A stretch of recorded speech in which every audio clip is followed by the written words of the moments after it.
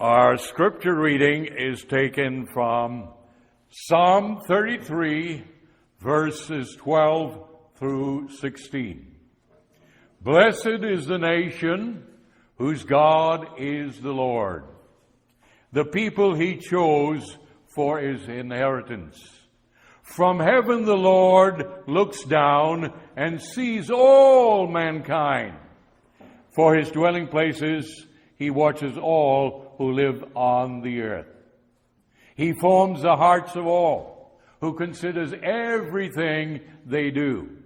No king is saved by the size of his army, and warriors escape by his great strength. My text is taken from Galatians chapter 5 and verse 1. Stand fast in the liberty wherewith God has made you free, and be not entangled again with the yoke of bondage. I'm talking about Christianity and the American freedom. Charles Rand Kennedy, in the drama of the last days of Jesus, The Terrible Meek, confines the action at the foot of the cross to conversion between Roman captain Mary, the mother of Jesus, and others. The scene takes place during the night following Christ's death, and darkness covers the stage. As the play ends, Mary, in the depths of despair, is bewailing the death of her son, Jesus. The captain comforts her by saying that her son is not dead, he is alive. I tell you, my good woman, this dead son of yours, disfigured, shamed, and spat upon, has built a kingdom this day that shall never die. The living glory of him will rule in it. The earth is his, and he made it. He and his brothers have been molding and making it throughout all the long ages. They are the only ones who ever really can possess it. Not the proud, not the idle, not the wealthy, not the vaunting empires of this world. No, no, no. Something has happened up here on this hill today to shake all our kingdoms of the blood and fear in the dust. The earth is his. The earth is theirs, and they made it. The meek, the terrible meek, the fierce, the agonizing weak, are about to enter into their inheritance. Now, I will read from the price they paid. Have you ever wondered what happened to those 56 men who signed the Declaration of Independence? 5 signers were captured by the British as traitors and tortured before they died. 12 had their homes ransacked and burned. 2 lost their sons in the Revolutionary Army. Another had 2 sons captured. 9 fought and died from wounds or hardships of the Revolutionary War. What kind of men were they? 24 were lawyers and jurists. 11 were merchants. 9 were farmers and large plantation owners, men of means, well educated. But they signed the Declaration of Independence knowing full well that plenty would be the debt if they were captured. They signed and pledged their lives, their fortunes, and their sacred honor. Carter Braxton of Virginia, a wealthy planter and trader, saw his ship swept from the sea by the British Navy. He sold his home and properties to pay his debts and died in rags. Thomas McKean was so hounded by the British that he was forced to move his family constantly. He served in the Congress without pay, and his family was kept in hiding. His possessions were taken from him, and his poverty was their reward. Vandals or soldiers both looted the properties of Ellery, Clymer, Hall, Walton, Gwinnett, Howard, Rutledge, and Middleton. At the Battle of Yorktown, Thomas Nelson Jr. noted that the British General Cornwallis had taken over the Nelson home for his headquarters. The owner quietly urged General Washington to open fire, which was done. The home was destroyed, and Nelson was bankrupt. John Hart was driven from his wife's bedside as she was dying. The 13 children fled for their lives. His field in Gristmill were laid waste. Far more than a year he lived in forests and caves, returning home after the war to find his wife dead. His children vanished. A few weeks later, he died from exhaustion and a broken heart. Norris and Livingston suffered similar fates. Such were the stories and sacrifices of the American Revolution. These were not wild-eyed, rabble-rousing ruffians. They were soft-spoken men of means and education. They had security, but they valued liberty more. Standing tall, straight, and wavering, they pledged, for the purpose of this declaration, with the firm reliance on the protection of the divine providence, we mutually pledge each other our lives, our fortunes, and our sacred honor. They gave us America. Can we keep it? The truth still stands. Across the centuries, Christianity has made its influence known. And today it's the greatest significance to American freedom. Historian Clinton Rossiter contends that any study of early American history that ignores religion is essentially unsound. Charles Beard, in his book, A Basic History of the United States, asserts that in the founding and development of every colony, religious consideration played a very important part. If this be true, what are some of the Christians' contributions to American freedom?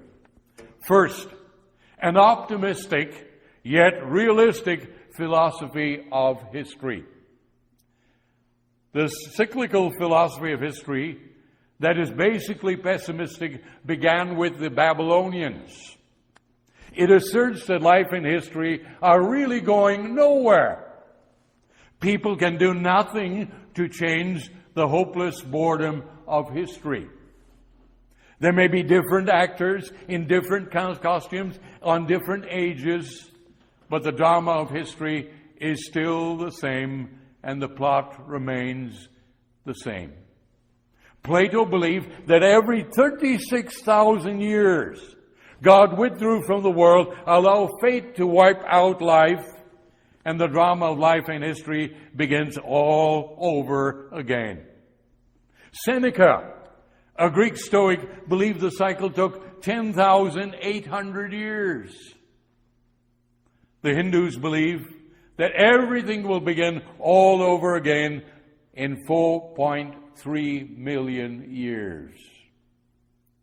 In more recent times, Oswald Spengler, in his book, The Decline of the West, restated this old philosophy as he asserted that all civilizations in history move through four unavoidable changes: birth, growth, maturity, and decay.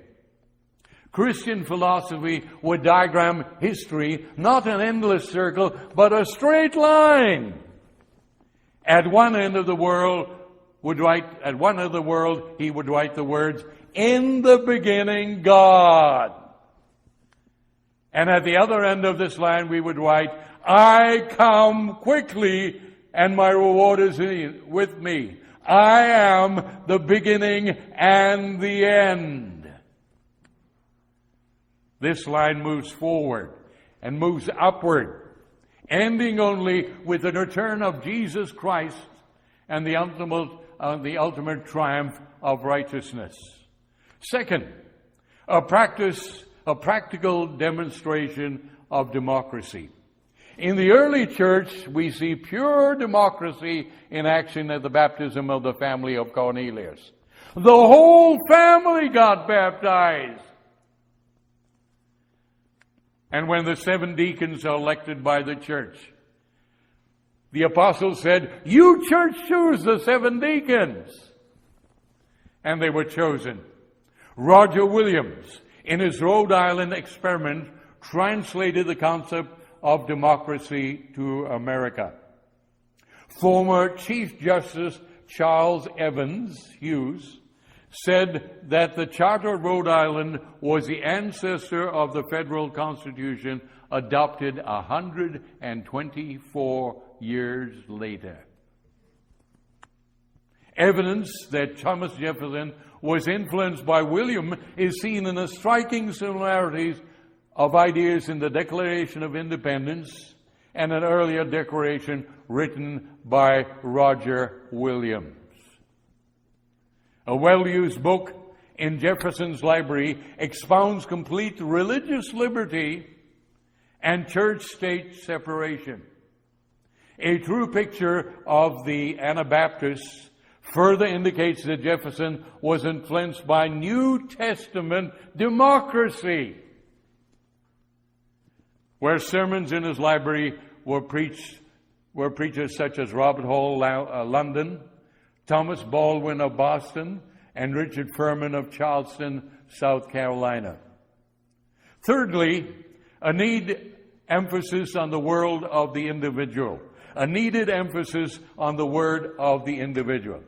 Communism preaches the individual is nothing. Socialism says the same thing too. The party is everything. Christ seems to take quite a contrary position on this matter.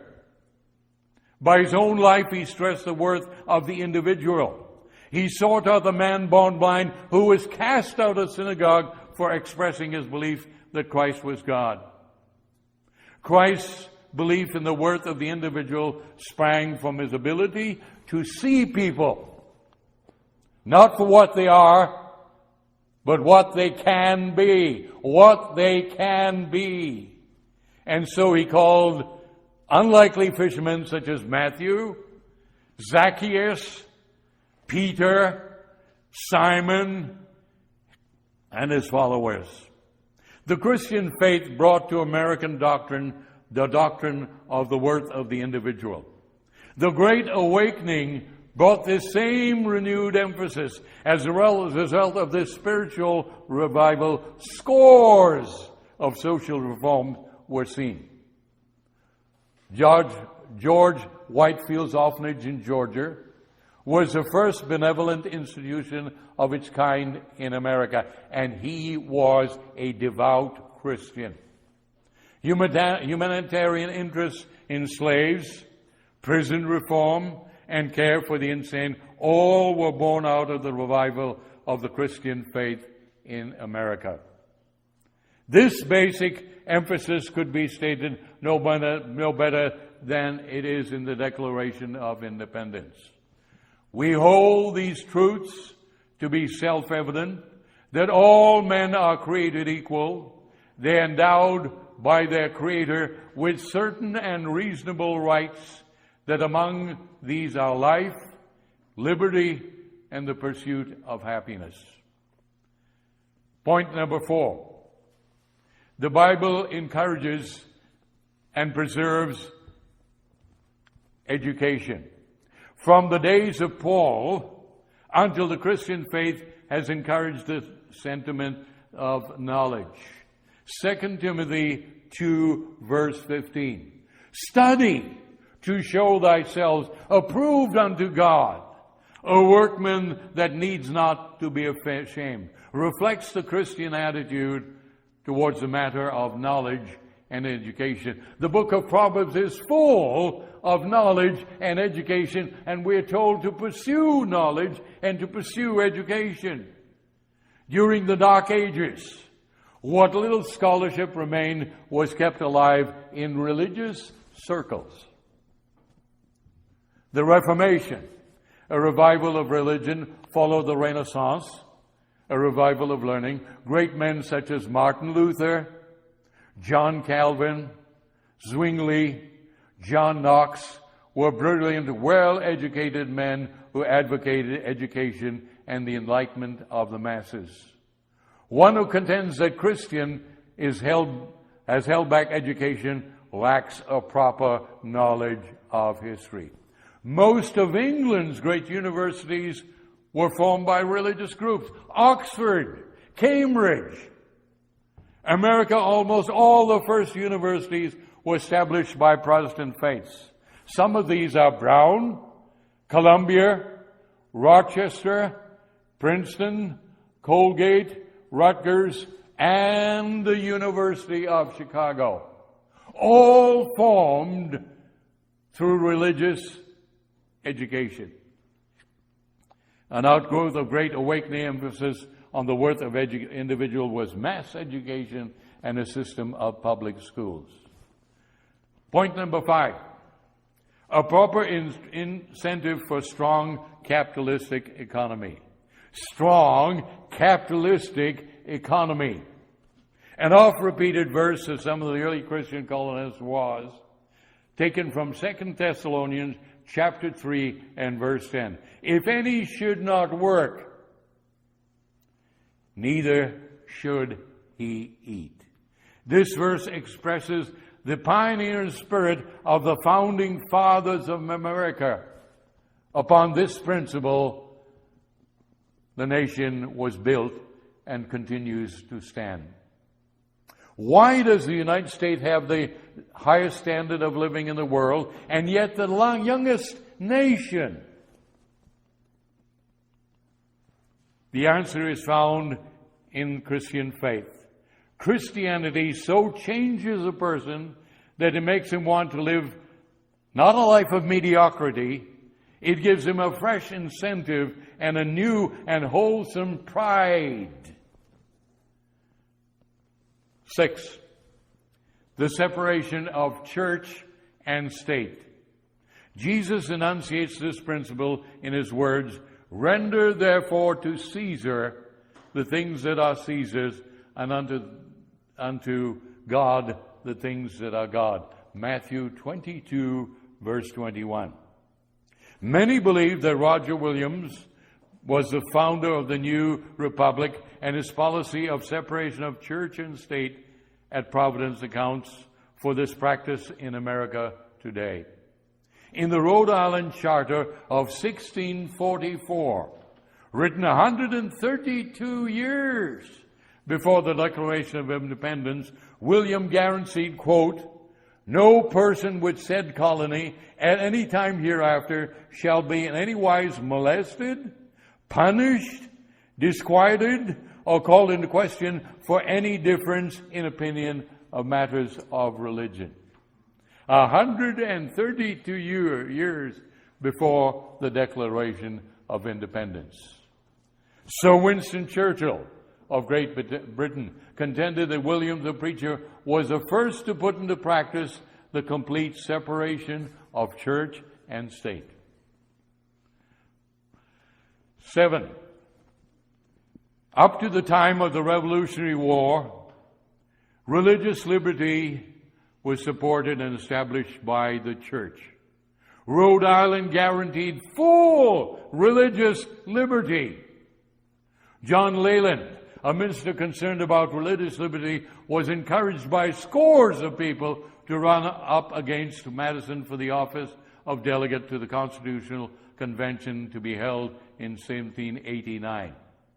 Madison, advised by friends, said that Leland would defeat him, went to Leland.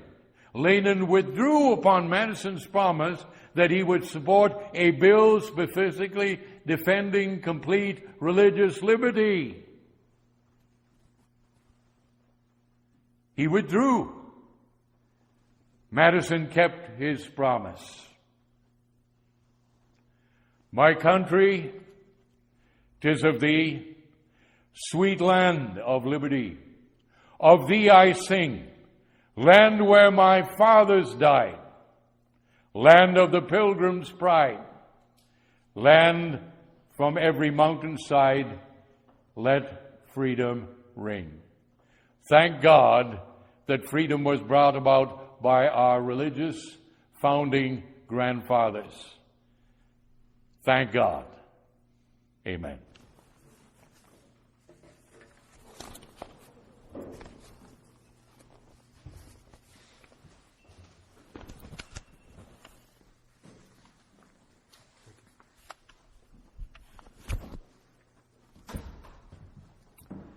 In a few minutes, we'll receive your offering. If you need an envelope, please raise your hand.